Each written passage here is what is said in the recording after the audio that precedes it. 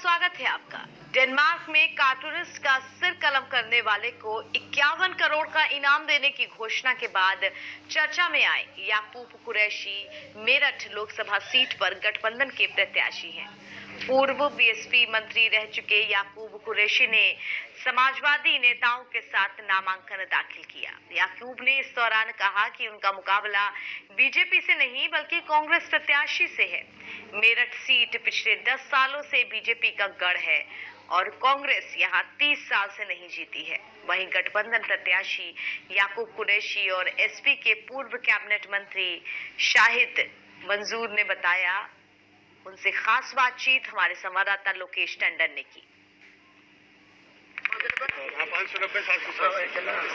गठबंधन प्रत्याशी हाजी याकूब कुरैशी ने आज पर्चा दाखिल कर दिया। हमारे साथ मौजूद है यहाँ पर हाजी याकूब कुरैशी और सपा के पूर्व कैबिनेट मंत्री शाहिद मंजूर जी और साथ में शहर विधानसभा के विधायक रफीक अंसारी जी और जिला अध्यक्ष राजपाल जी यहाँ मौजूद मेरे साथ हैं। लेकिन सबसे पहले मैं बातचीत करना चाहूंगा यहाँ पे हाजी याकूब कुरैशी से। सर, आज आपने पर्चा दाखिल कर दिया है तो क्या क्या मुद्दे रहेंगे? हमारा मुद्दा उत्तर प्रदेश में गठबंधन का विकास का रहेगा, देश में विकास का रहेगा। मेरा मुद्दा मेरठ में हाई कोर्ट बेंच लाने का रहेगा, एयरपोर्ट लाने का रहेगा और स्मार्ट सिटी बनवाने का रहेगा। अच्छा, क्या कहते हैं, हमेशा से आपने देखा है पहले बसपा में और सपा में लगातार टोनबाजी चल रही थी, लड़ाई चल रही थी, किसी ना किसी मुद्दे को लेकर सपा बसपा पर आरोप लगा रही थी, बसपा सपा पर आरोप लगा रही थी। तो ऐसे में गठबंधन हो गया आपका, तो किस तरीके से सपा और रालोद आपको यहाँ पे समर्थन कर रहे हैं? फुल तरीके से गठबंधन एक साथ है, ना हमारी कोई नाराजगी थी ना कोई रही है। और बड़े नेताओं ने जो दिल साफ करके गठबंधन किया है, ये भारतीय जनता पार्टी को उखाड़ने के लिए गठबंधन किया है। तो मेरठ में फाइट किससे मानते हैं आप अपनी? क्योंकि आप पहले मुरादाबाद से इलेक्शन लड़ चुके हैं और अब मेरठ से आप इलेक्शन लड़ने आए, तो यहाँ किससे फाइट मानते हैं आप अपनी?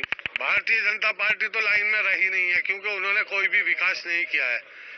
मैं फाइट जो थोड़ी बहुत मानता हूँ वो कांग्रेस से मानता हूँ। जब भारतीय जनता पार्टी का जो सांसद अभी रहे हैं राजेंद्र अग्रवाल, वो पिछली बार से यानी कि 10 साल से लगातार वो सांसद बनते आ रहे हैं और 10 साल हो गए हैं, इसलिए भाजपा गढ़ भी मेरठ को अब कहा जाने लगा है। तो ऐसे में आप कैसे कह सकते हैं कि जो भाजपा है, भाजपा आपके सामने नहीं है?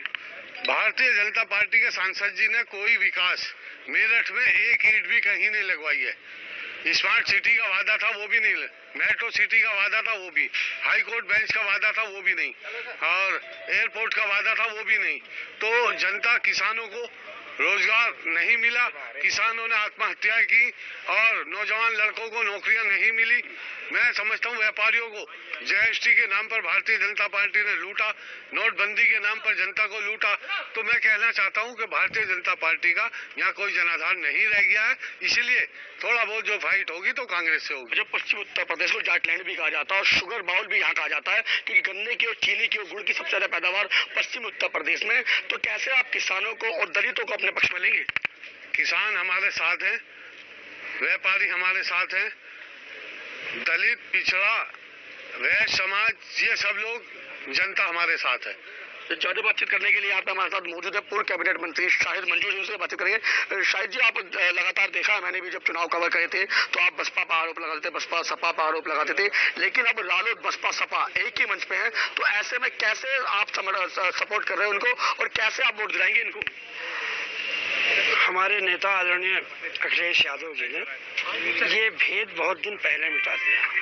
गठबंधन हो गया और गठबंधन के प्रत्याशी, जो भी प्रत्याशी हैं, समाजवादी पार्टी के प्रत्याशी है बहुजन समाज पार्टी, लोकदल के प्रत्याशी है समाजवादी पार्टी, बहुजन समाज पार्टी। जहाँ जिसका जो गठबंधन का प्रत्याशी है उसके फॉलोअर, उसके वोटर एक एक करके गठबंधन के प्रत्याशी को वोट देते हैं। पूरी तरीके से ये हमारे साथ थे शाहिद मंजूर जी, जो पूर्व कैबिनेट मंत्री हैं सपा के, और साथ में जो गठबंधन के प्रत्याशी हैं याकूब कुरैशी जी, वो हमारे साथ थे, जिनका साफ कहना है कि भाजपा से वो अपनी आप फाइट नहीं मानते हैं क्योंकि भाजपा के ने जो विकास के नाम पर लोगों को चला है, इसलिए वो विकास के मुद्दे पर ही चुनाव लड़ेंगे। मेरठ से सागर के साथ लोकेश टंडन, लाइव टुडे।